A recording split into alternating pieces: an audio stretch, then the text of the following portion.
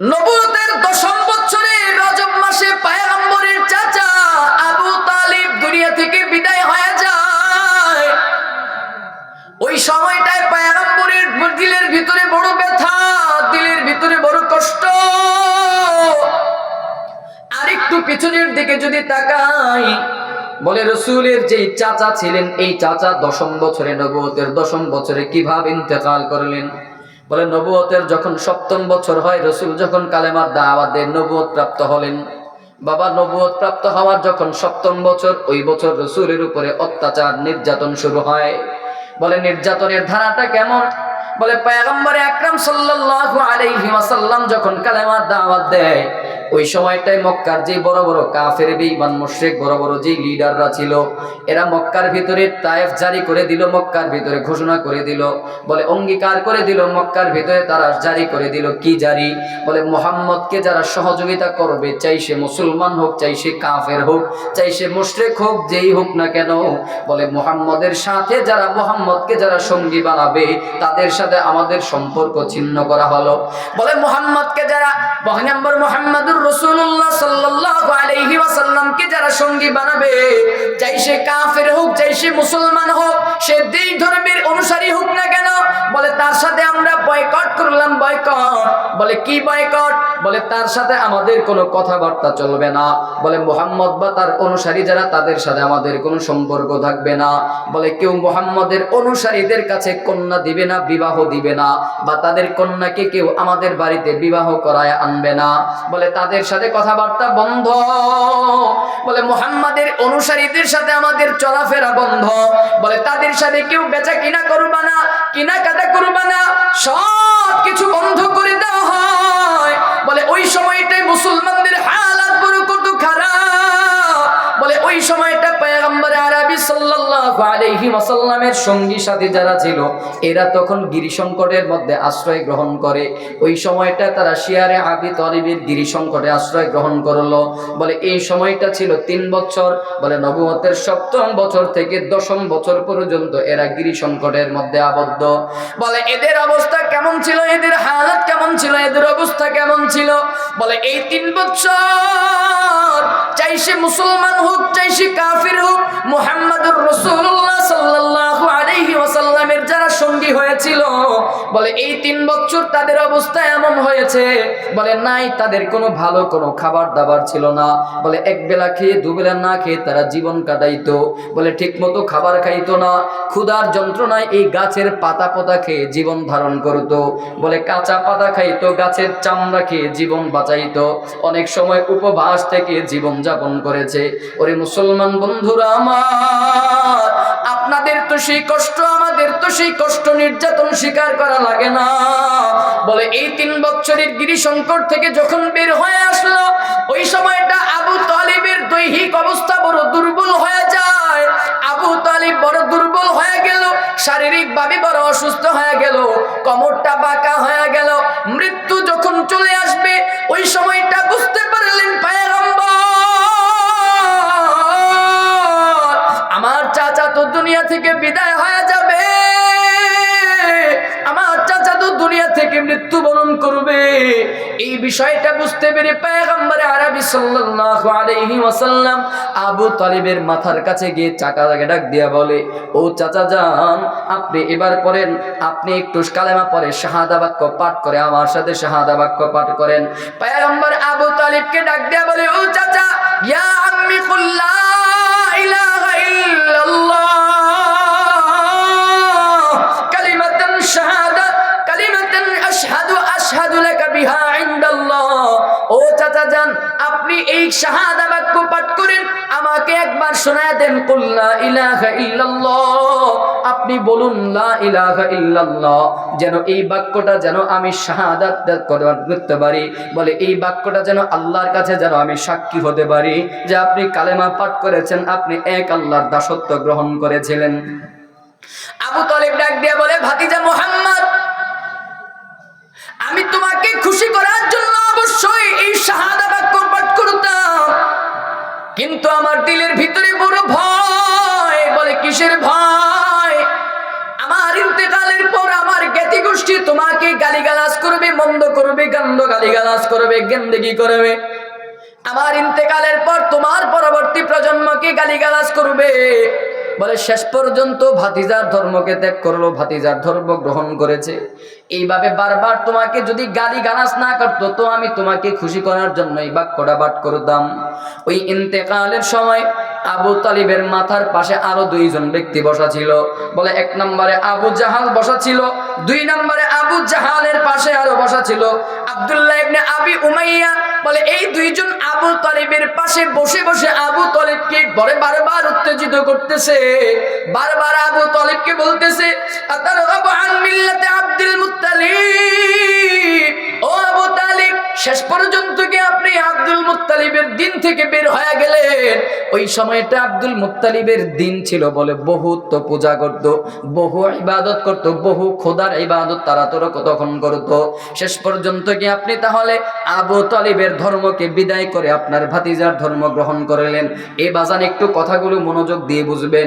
দুনিয়ার কোনো মানুষের জীবনী আলোচনা করতেছি না, দুনিয়ার কোনো মানুষের জীবনী ঘটনা আপনাদেরকে শোনাই না।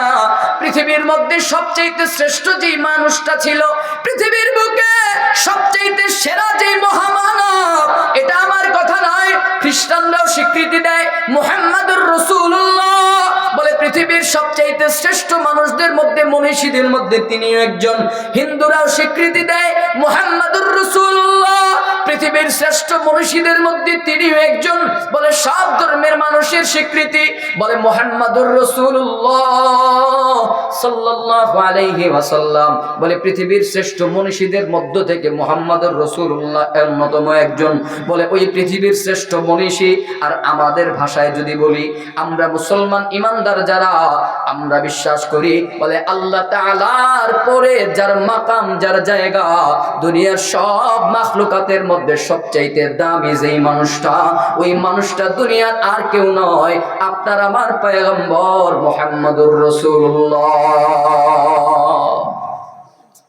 ওই পয়গম্বর আরবি মুহাম্মাদুর রাসূলুল্লাহ সাল্লাল্লাহু আলাইহি ওয়াসাল্লামের জীবনী আপনাদেরকে শোনাই। দুনিয়ার কোন মানুষের জীবনী নয়, মুহাম্মাদুর রাসূলুল্লাহর জীবনী শোনাই। পয়গম্বর আরবির ব্যাপারে তখন আবু তালিবকে বারবার বলা হয়। আবু জাহাল এবং আব্দুল্লাহ ইবনে আবি উমাইয়া বলতেছে, আবু তালিব শেষ পর্যন্ত কি আপনি আতারগাবু আন মিল্লাতে আব্দুল মুত্তালিব, শেষ পর্যন্ত কি আপনি আব্দুল মুত্তালিবের ধর্মকে ছেড়ে দিয়ে মুহাম্মদের ধর্মকে আপনি গ্রহণ করলেন? বারবার যখন আবু তালিবকে যখন বারবার উত্তেজিত করতেছিল, বারবার যখন জ্বালাইতেছিল, ঠিক ওই সময়টা আবু তালিব ডাক দিয়ে বলেন আনা আলা মিল্লাতে আব্দুল মুত্তালিব। বলে আমি আব্দুল মুত্তালিবের ধর্মের উপরে অধিষ্ঠিত হয়ে গেলাম, আব্দুল মুত্তালিবের ধর্মের উপরে আমি অধিষ্ঠিত রয়ে গেলাম। আর এর কিছু সময় পরে আবু তালিব দুনিয়া থেকে ইন্তেকাল হয়ে গেল। পয়গম্বর আরবি সাল্লাল্লাহু আলাইহি ওয়াসাল্লামের দিলের মধ্যে বড় ব্যথা। পয়গম্বর আরবি সাল্লাল্লাহু আলাইহি ওয়াসাল্লাম বলেন লা আস্তাগফিরুন্না লাকা মা লাম উনহা আন। বলে আমি আমার চাচা আবু তালিবের জন্য ইস্তিগফার করেই যাব, ইস্তিগফার করেই যাব। লা আস্তাগফিরুন্না লাকা মা লাম উনহা আনহু। বলে তার জন্য আমি ইস্তিগফার করেই যাব, ক্ষমা প্রার্থনা করেই যাব। বলে যতক্ষণ পর্যন্ত আমি বাধা প্রাপ্ত না হই। ঠিক ওই সময়টায় আল্লাহ পাক রব্বুল আলামিন আয়াতে কারিমা নাযিল করে দিলেন। সূরা তাওবার 113 নম্বর আয়াত নাযিল করলেন। আল্লাহ পাক রব্বুল আলামিন বলেন মা কানা লিন-নাবিয়্যি ওয়াল্লাযীনা আমানু। আল্লাহ পাক রব্বুল আলামিন আয়াত নাযিল করলেন মা কানা লিন-নাবিয়্যি ওয়াল্লাযীনা আমানু আন ইস্তাগফিরু লিল মুশরিকিন ওয়ালাউ কানু উলি কুরবা মিন বা'দি মা তাবায়্যানা লাহুম আন্নাহুম আসহাবুল জাহিম। আল্লাহ পাক রব্বুল আলামিন তখন আয়াত নাযিল করলেন মা কানা লিন-নাবিয়্যিনা ওয়াল্লাযীনা আমানু আন ইস্তাগফিরু লিল মুশরিকিন। বলে নবীদের জন্য এবং ঈমানদারদের জন্য এটা শোভনীয় নয়। এ বাবা একটু ভালো করে বুঝবেন, আল্লাহ পাক বলেন এটা নবীদের জন্য শোভনীয় নয়। মা কানা লিন-নাবিয়্যিনা ওয়াল্লাযীনা আমানু বলে এটা নবীদের জন্য শুভনীয় নয় এবং ঈমানদারদের জন্য শুভনীয় নয়।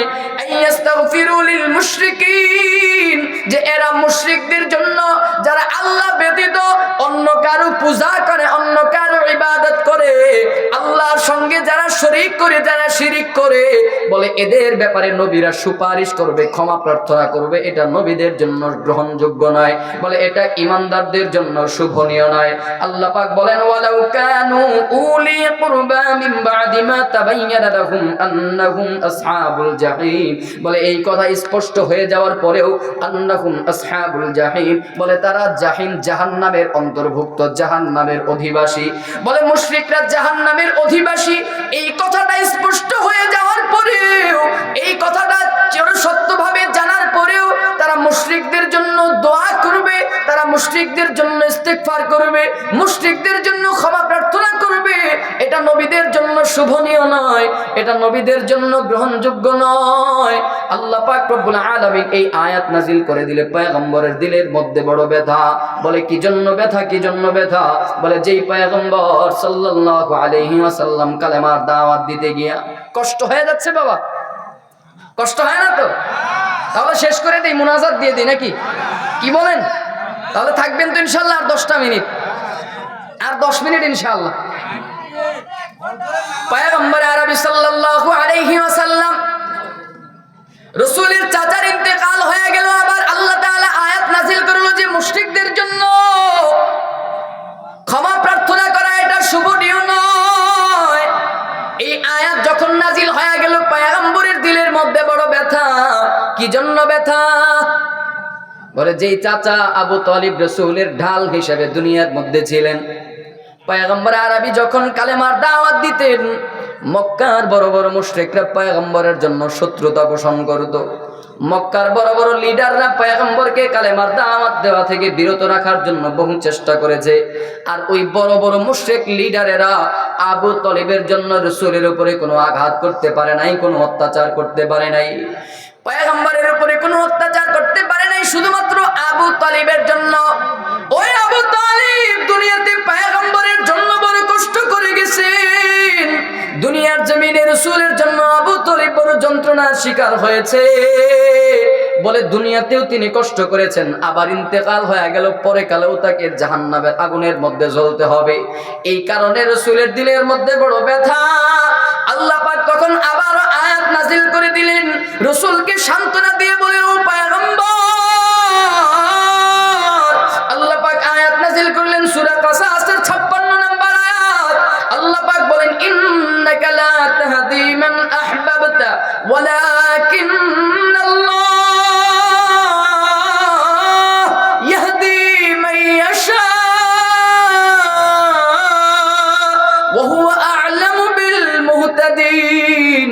আল্লাহ পাক ডাক দিয়ে বলে বন্ধু আমার, মান আহবাবতা, তুমি যাকে পছন্দ করো, তুমি যাকে ভালোবাসো, তুমি যাকে পছন্দ করো, ওয়ালা, আল্লাহ পাক বলেন ইন্নাকা লা তাহদি, তুমি চাইলেই তুমি তাকে হেদায়েত দিতে পারবা না। তুমি যাকে পছন্দ করো চাইলেই তুমি তাকে হেদায়েত দিতে পারবা না, কারণ হেদায়েতের চাবিকাঠি তোমার হাতে নাই। আওয়াজ করে বলবেন হেদায়েতের চাবিকাঠি একমাত্র কার হাতে? হিদায়াতের মালিক হলেন একমাত্র আল্লাহ। আল্লাহ পাক রব্বুল আলামিন বলেন ওয়ালাকিন্নাল্লাহা ইয়াহদি মান ইয়াশা, বলে মুহাম্মদ বন্ধু আমার, বলে হেদায়েত তোমার হাতে নাই, তুমি চাইলেই তুমি তাকে হেদায়েত দিতে পারবা না। বলে আমি আল্লাহ যাকে চাই, আমি আল্লাহ যাকে পছন্দ করি, কেবলমাত্র তিনি হেদায়েত প্রাপ্ত হতে পারবে। পয়গম্বর আরবি সাল্লাল্লাহু আলাইহি ওয়াসাল্লামের দিলের মধ্যে বড় ব্যথা। কি জন্য ব্যথা? ওই যে বললাম তিনি দুনিয়াতেও আবু তালিব কষ্ট করে গেল, জীবনটা কষ্ট করে গেল, ইন্তেকাল হয়ে গেল, মৃত্যু হওয়ার পরেও আবার জাহান্নামের আগুনের মধ্যে জ্বলবে, এজন্য রাসূলের দিলের মধ্যে বড় ব্যথা। এই আবু তালিব সম্পর্কে রাসূলের চাচাতো ভাই, আবু তালিব সম্পর্কে রাসূলের চাচাতো ভাই জানতে চাইল। আমার দিকে তাকান, রাসূলের চাচা আবু তালিব দুনিয়াতেও কষ্ট করে গেলেন, আখিরাতেও জাহান্নামের আগুনে জ্বলবেন। রাসূলের চাচাতো ভাই আব্দুল্লাহ ইবনে আব্বাস রাদিয়াল্লাহু তাআলা আনহু রাসূলকে জিজ্ঞাসা করেন, মিশকাত শরীফের হাদিস পয়গম্বর সাল্লাল্লাহু আলাইহি ওয়াসাল্লাম বলেন وعن عبد الله بن عباس رضي الله تعالى عنه قال قال رسول الله صلى الله عليه وسلم إن أهون أهل النار عذابا أبو طالب হযরত আব্দুল্লাহ ইবনে আব্বাস রাদিয়াল্লাহু তাআলা আনহু থেকে বর্ণিত পয়গম্বর বলেন জাহান্নামী যারা হবে, ভালো করে বুঝবেন, একটু আমার দিকে এই কথাটা একটু ভালো করে বুঝবেন। রাসূল বলেন যারা জাহান্নামের অধিবাসী হবে, আহওয়ালু আহলিন নার, আহওয়ানু আহলিন নার বলে আগুনের অধিবাসী যারা হবে, আগুনের অধিবাসী যারা হবে বলে তাদের মধ্য থেকে সবচাইতে কম আযাব হবে আমার চাচা আবু তালিবের। রাসূল সাল্লাল্লাহু আলাইহি ওয়াসাল্লাম বলেন জাহান্নামের অধিবাসী যারা হবে তাদের মধ্য থেকে সবচাইতে হালকা আযাব যার হবে, সহজ আযাব যার হবে তিনি হবেন আমার চাচা। বলে আমার চাচা আবু তালিবের আযাব হবে বড় হালকা, বড় হালকা, বড় হালকা। পয়গম্বর বলেন তার আযাবটা কেমন হবে? বলে ওই আবু তালিবের দুই পায়ের মধ্যে দুইটা আগুনের জুতা পরায়া দেওয়া হবে। রাসূল সাল্লাল্লাহু আলাইহি ওয়াসাল্লাম বলেন জাহান্নামীদের মধ্য থেকে সবচাইতে নিম্নমানের আযাব হবে, সবচাইতে কম আযাব হবে আবু তালিবের। বলে কি পরিমাণে আযাব হবে? বলে আযাব হবে তার পায়ে শুধুমাত্র দুইটা আগুনের জুতা পরায়া দেওয়া হবে, আর কোনো আযাব নয়। এ বাবা একটু কথাটা ভালো করে বুঝবেন। রাসূল বলেন শুধুমাত্র দুই পায়ে দুইটা আগুনের জুতা পরানো হবে, আর কিছু না। শুধুমাত্র দুই পায়ে দুইটা আগুনের জুতা পরায় দেওয়ার ফলে তার শাস্তি কেমন হবে জানো? বলে দুই পায়ের মধ্যে দুইটা আগুনের জুতা পরিধান করার কারণে বলে শাস্তি হবে পায়ের তলায়, কিন্তু মাথার মগজগুলো টকবক টকবক টকবক করে ফুটতে থাকবে। বলে যেমন করে ওই যে পাতিলার মধ্যে বলে গরম উত্তপ্ত পাতিলার মধ্যে যদি পানি ফেলানো হয়, ওই পানিটা যেমন টকবক করে ফুটে, পাতিলার তলার মধ্যে আগুন জ্বলে কিন্তু পানি ফুটে পাতিলার উপরে। রাসূল বলেন বলে আগুনের দুইটা জুতা পরিধান করার কারণে তার শাস্তিটা এমন হবে। বলে ওই দুইটা আগুনের জুতার তাপে বলে এই তাপগুলো মাথার মগজগুলোকে টকবক টকবক করে ফুটতে থাকবে, টকবক করে ফুটতে থাকবে। আল্লাহু আকবার। আল্লাহ আমাদেরকে হেফাজত করুক, পড়েন আমিন। ও মুসলমান বন্ধুরা আমার, এটা বলতে চাই শুধুমাত্র আযাব হবে শুধুমাত্র দুইটা আগুনের জুতা। এতটুকু হওয়ার কারণেই যদি বলে এতটুকুতেই যদি মাথার মগজগুলো টকবক করে ফুটে, বলে যে মানুষটাকে জাহান্নামের অথই গভীরের মধ্যে ফেলে দেওয়া হবে, ওই মানুষটার কেমন হালাত হবে জানো? একটু নিজেকে ওই জায়গাটার মধ্যে একটু উপস্থাপন করায়া দেখো। বলে এই ব্যাপারে আরো একটু সামনের দিকে আগাই চলেন, রাসূলের হাদিসের দিকে আরো একটু তাকায়া দেখি। রাসূলের চাচা হযরতে আব্বাস রাদিয়াল্লাহু তাআলা আনহু, রাসূলের আরেক চাচা হযরতে আব্বাস রাদিয়াল্লাহু তাআলা আনহু রাসূল করিম সাল্লাল্লাহু আলাইহি ওয়াসাল্লামের কাছে জানতে চায়, ও ভাতিজা মুহাম্মদ, যে আবু তালিব তোমাকে এত সহযোগিতা করলো কালেমার দিন কায়েম করার জন্য, দ্বীনের দাওয়াত দেওয়ার জন্য, যে আবু তালিব তোমাকে এত সাহায্য করেছে, যে আবু তালিব তোমাকে এত উপকার করলো, কিয়ামতের ময়দানে কি তুমি ওই আবু তালিবের কোনো উপকার করতে পারবে? রাসূলের চাচা আবু তালিব বলেন, বলে রাসূলের চাচা ইবনে আব্বাস রাদিয়াল্লাহু তাআলা আনহু বলেন, ইন্না আবু তালিব কানা ইয়াহতুকা ওয়া ইয়ানসুরুকা ফাহাল নাফাউকা। বলে হ্যাঁ, পয়গম্বর সাল্লাল্লাহু আলাইহি ওয়াসাল্লামের কাছে জানতে চাইলেন, ও চাচা, ও মুহাম্মদ, তোমার যেই চাচা আবু তালিব তোমাকে যেই সহযোগিতা করলো, ইয়াহুতুকা ওয়া ইয়ানসুরুকা, তোমাকে যেভাবে হেফাজত করেছে, তোমাকে যেভাবে সাহায্য করলো, বলে তুমি কি তাকে ফাহাল নাফাহু যালিক, বলে তুমি কি তাকে কোনো উপকার করতে পারবে? ওই দিন তুমি কি তার কোনো উপকারে আসবে? পয়গম্বর তখন বলেন, ক্বালা নাম, হ্যাঁ আমি তার উপকারে আসব। বলে পয়গম্বর বলেন, কতটুকু উপকারে আসবো জানো? বলে আবু তালিব মুশরিক হওয়ার কারণে, বহুত ইবাদত করার কারণে, বহু খোদার ইবাদত করার কারণে আল্লাহ তাআলার সঙ্গে তিনি শিরিক করার কারণে, অন্য পূজা করার কারণে বলে আল্লাহ তাআলা তাকে জাহান্নামের মধ্যে নিক্ষিপ্ত করবেন। আর শিরিককারীদের জন্য জাহান্নামের অথই গভীরে হলো সর্বনিম্ন জায়গা। বলে এই আবু তালেবের জাহান্নামের জায়গা ছিল একেবারে জাহান্নামের সর্বনিম্ন জায়গার মধ্যে। কিন্তু আমি আল্লাহর কাছে সুপারিশ করার কারণে আল্লাহ তাআলা আমার সুপারিশকে গ্রহণ করে ওই আবু তালেবকে জাহান্নামের নিম্ন জায়গা থেকে জাহান্নামের উপরি ভাগে নিয়ে আসবে। আরেক বর্ণনায় পাওয়া যায় এই আবু তালেব জাহান্নামের উপরে কতটুকু পর্যন্ত থাকবে? বলে এই যে পায়ের যে গোড়ালি, এই গোড়ালি পর্যন্ত আগুনের ভিতরে নিমজ্জিত থাকবে। এই গোড়ালির উপরে তার আর কোনো আগুন থাকবে না। কিন্তু এই গোড়ালির মধ্য পর্যন্ত আগুন থাকার কারণে, এতটুকুতে আগুন হওয়ার কারণে বলে আবু তালেবের শাস্তি এতটুকু হওয়াতেও তার অবস্থা এমন হবে জানো, বলে এতটুকু শাস্তি হওয়ার কারণে বলে পায়ের মধ্যে আগুন জ্বলবে, পায়ের গোড়ালি পর্যন্ত আগুন জ্বলবে। কিন্তু সেই আগুনের তেজ মাথার মগজগুলোকেও টকবক টকবক করে ফুটাইতে থাকবে। ওরে মুসলমান বন্ধুরা আমার, এই কথাটা এজন্য বললাম, একটু দিলের ভিতরে ভালো করে বোঝায়া নেন, একটু নিজেকে ওই জায়গাটার মধ্যে উপস্থাপন করেন, হাজির করে দেখেন।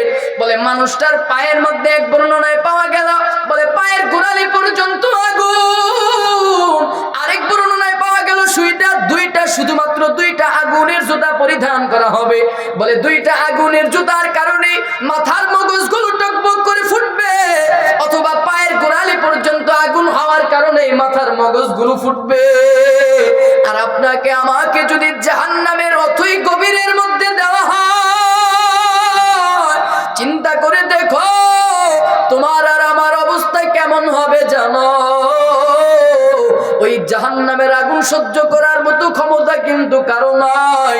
বলে দুনিয়ার আগুনের মধ্যে একটু হাতটা দিয়া দেখো, দুনিয়ার আগুনের মধ্যে হাত পুড়ে গেলে যদি আঙুল দেওয়া হয় শুধু আঙুলটা জ্বলে যায়, হাত দিলে হাতটা পুড়ে যায়, পা লাগলে শুধু পা পুড়ে যায়। বলে শরীরের কোনো একটা অংশ লাগলে শুধুমাত্র ওই অংশটাই জ্বলে।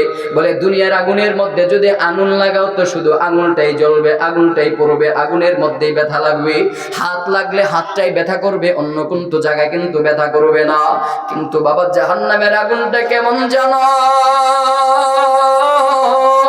বলে জাহান্নামের আগুনটা এতই ভয়ঙ্কর একটা আগুন, বলে কোন জায়গায় যদি একবার লাগে, বলে কোন জায়গায় যদি একটু স্পর্শ হয়, বলে ওই জাহান্নামের আগুনের যন্ত্রণা যদি একবার এই হাতের আঙুলের মধ্যেও যদি লাগে, বলে এই যন্ত্রণা শুধু আঙুল পর্যন্তই সীমাবদ্ধ থাকবে না। বলে এই যন্ত্রণা পুরোটা দেহের পর্যন্ত ঝুলন্ত হয়ে যাবে, পুরোটা দেহের মধ্যে সেই যন্ত্রণা, পুরোটা দেহের মধ্যে সেই যন্ত্রণা অনুভব হবে। শুধুমাত্র দেহ পর্যন্তই সীমাবদ্ধ নয়, আল্লাহ বলেন না বলে ওই জাহান্নামের আগুনটা বলে কেমন আগুন জানো? বলে ওই জাহান্নামের আগুনটা হবে আল্লাহ তাআলার প্রজ্বলিত আগুন। বলে ওই আগুনটা যদি একবার কাউকে স্পর্শ করে, বলে ওই আগুনটা বান্দার কলিজা পর্যন্ত জ্বালা পোড়া সারকার করে দিবে।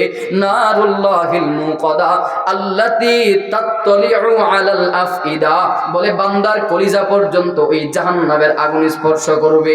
এজন্য বাবা খবরদার, দুনিয়ার সব কিছু করা সম্ভব, কিন্তু জাহান্নামের আগুন কিন্তু আযাব আমাদের সহ্য করা সম্ভব না।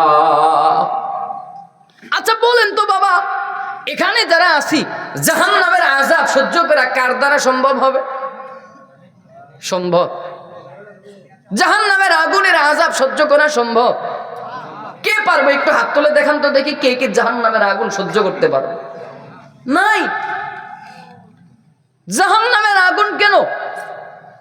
দুনিয়ার আগুনটাই তো আমরা সহ্য করতে পারি না, দুনিয়ার আগুনটাই তো সহ্য করার ক্ষমতা আমাদের নাই। দুনিয়ার আগুনের মধ্যে হাত দিলে একেবারে শরীরটা একেবারে নার্ভাস হয়ে যায়। আর আল্লাহ বলেন নারুল্লাহিল মুকাদা, বলে ওই জাহান্নামের আগুন এত ভয়ঙ্কর, এত ভয়ঙ্কর। বলে দুনিয়ার আগুনে হাত পুড়লে তো হাত পুড়ে যায়, হাত ব্যথা হয়, কলিজা ব্যথা হয় না, কিন্তু জাহান্নামের আগুনে বলে আঙুলটা যদি স্পর্শ হয়, বলে ওই আঙুলের ব্যথা একেবারে পুরো দেহের মধ্যে জর্জরিত করে দিবে। বলে দেহ পর্যন্ত নয়, কলিজা পর্যন্ত স্পর্শ করবে। আল্লাহ আমাদেরকে হেফাজত করুন। একটু পড়েন না আমিন। বাজান আমি মুসাফির মানুষ, একটু আমার সাথে যদি একটু আমিন বলেন, হতে পারে এই মুসাফিরের দোয়াকে আল্লাহ কবুল করে ফেলতে পারেন। কারণ এটা রাসূলের হাদিস। আল্লাহর পয়গম্বর বলেন 3 শ্রেণীর মানুষের দোয়াকে আল্লাহ কবুল করেন, এর ভিতরে একজন হচ্ছে মুসাফির। যেহেতু বাংলাদেশ থেকে সফর করে আসছি, এজন্য আমি মুসাফির মানুষ। আমার কথা, আমি রাসূলের হাদিসের উপরে ইয়াকিন করি, বিশ্বাস করি আল্লাহ আমার দোয়াকে কবুল করবে। এজন্য আল্লাহ তাআলা আমাদের সবাইকে জাহান্নামের আযাব থেকে হেফাজত করুক, পড়ে না আমিন। আর একটু সামনে যাব না মুনাজাত দিয়ে দেব? আর একটু যাব, কষ্ট হবে না তো আপনাদের? আমার এই শুক্রুল্লাহ ভাইটার জন্য দোয়া করবেন। খুব মুহাব্বতের মানুষ, অনেক কষ্ট করেছে, অনেক মেহনত করেছে। একেবারে আজকে সারা দিন একেবারে, আমি সকালে মুর্শিদাবাদ চলে আসছি, তো সকালে আসছি, সকাল থেকে নিয়ে একেবারে এই পর্যন্ত আমার পিছনে লেগে আছে। আল্লাহ তাআলা ভাইয়ের এই মেহনতকে কবুল করুক, পড়ে না আমিন। আমার খুব মুহাব্বতের মানুষ, বহুদিন যাবত উনি চেষ্টা করতেছেন আমার সাথে। আল্লাহ তাআলা ভাইয়ের এই মেহনতকে কবুল করুক, পড়ে না আমিন। চলেন এবার আরেকটু সামনের দিকে আগাই। রাসূল করিম সাল্লাল্লাহু আলাইহি ওয়াসাল্লাম আর 10টা মিনিট সময় দিবেন। রাসূলের চাচার যখন ইন্তেকাল হয়ে গেল, রাসূলের চাচা যখন ইন্তেকাল হয়ে গেল, তখন রাসূলের উপরে শুরু হয়ে গেল আরেক জগতের অত্যাচার, আরেক জগতের নির্যাতন। রাসূলের চাচার ইন্তেকাল হয়ে গেলে রাসূলের উপরে মক্কার মুশরিকদের আরেক জগতের নির্যাতন শুরু হলো। কেমন নির্যাতন? আসেন সামনের দিকে আগে। রাসূলের চাচা হযরতে রাসূল করিম সাল্লাল্লাহু আলাইহি ওয়াসাল্লাম এই কালেমার দাওয়াত দিতে দিতে যখন রাসূলের চাচার যখন ইন্তেকাল হয়ে গেল, রাসূলের চাচা যখন দুনিয়া থেকে বিদায় হয়ে গেল, তখন রাসূলের উপরে মক্কার মুশরিকেরা, মক্কার মুশরিক যারা ছিল, এদের অত্যাচার, এদের নির্যাতন আরো ক্রমান্বয়ে বেড়ে যায়। বলে কি পরিমাণে যন্ত্রণা, কি পরিমাণে নির্যাতন বেড়ে গেল। একটু যদি ইতিহাসের দিকে তাকাই, বলে পয়গম্বর আরবি সাল্লাল্লাহু আলাইহি ওয়াসাল্লামের ওই নবুয়তের 10ম বছরে রাসূলের চাচা আবু তালেবের ইন্তেকালের পরপরই, তার কিছুদিন পরে রাসূলের প্রাণের চেয়েও প্রিয় খাদিজাতুল কুবরা রাদিয়াল্লাহু তাআলা আনহার ইন্তেকাল হয়ে গেল।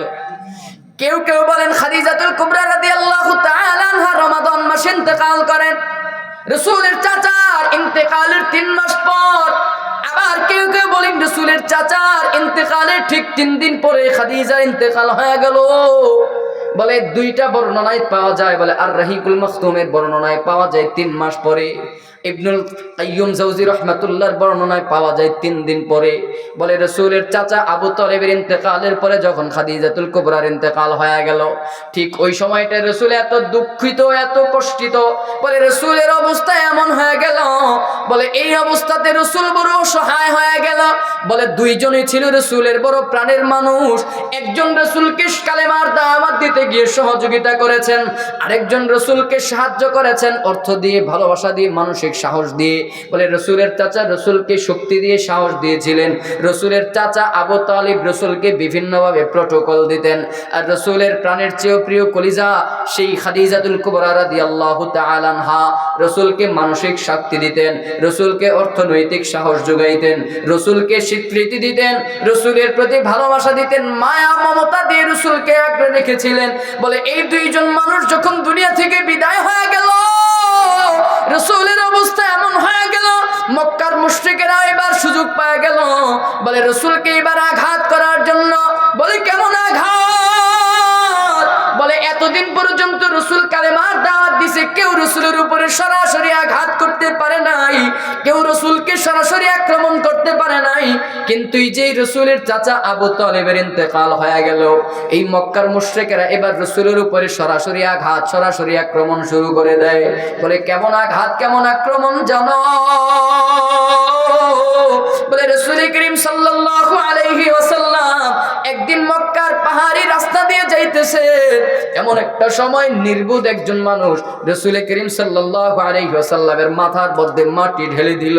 বলে এতদিন পর্যন্ত কেউ রাসূলকে সরাসরি এইভাবে আঘাত করতে পারে নাই, মুখের কথা দিয়ে রাসূলকে আঘাত করত, রাসূলকে বাধা দিত, কিন্তু এবার রাসূলকে সরাসরি আঘাত করে।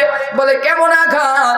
রাস্তা দিয়ে রাসূল যায়, পয়গম্বর আরবি যায়, কিন্তু রাসূলের মাথার উপরে সরাসরি মাটি ঢেলে দেওয়া হয়।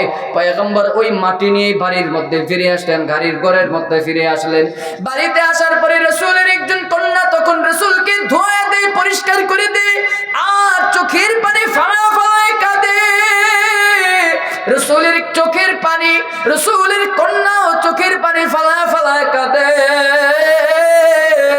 পয়গম্বর আরবি ডাক দিয়া বলে, ইয়া বুনাইয়া লা তাবকি ফা ইন্নাল্লাহা মানিউন আবাক। ও সন্তান কাঁদিস না। রাসূল তার কন্যাকে ডাক দিয়া বলে, হে সন্তান কেঁদো না, কেঁদো না, ফা ইন্নাল্লাহা মানিউন আবাক, নিশ্চয়ই তোমার রব আল্লাহ তাআলাই আমাকে, তোমার বাবাকে হেফাজত করবে। পয়গম্বর চোখের পানি ফালায় ফালায় আরো কেঁদে কেঁদে বলে, জানো আমার চাচা আবু তালিব দুনিয়ার মধ্যে যতদিন জীবিত ছিল এতদিন পর্যন্ত কেউ আমার উপরে আঘাত করতে পারে নাই, এতদিন পর্যন্ত কেউ এইভাবে আমাকে সরাসরি আঘাত করতে পারে নাই, কিন্তু আমার চাচা যখন আমাকে ছেড়ে একা করে যখন দুনিয়া থেকে বিদায় হয়ে গেল, এই মক্কার মুশরিকেরা আমাকে আঘাত করতেছে, আমার উপরে যন্ত্রণা বাড়ায় দিতেছে। বলে যন্ত্রণায় এত তীব্র হয়ে গেল, এ বাবা দিলটাকে একটু বন্ধ করে দিয়ে, দিলটাকে নরম করে দিয়ে একটু শোনো।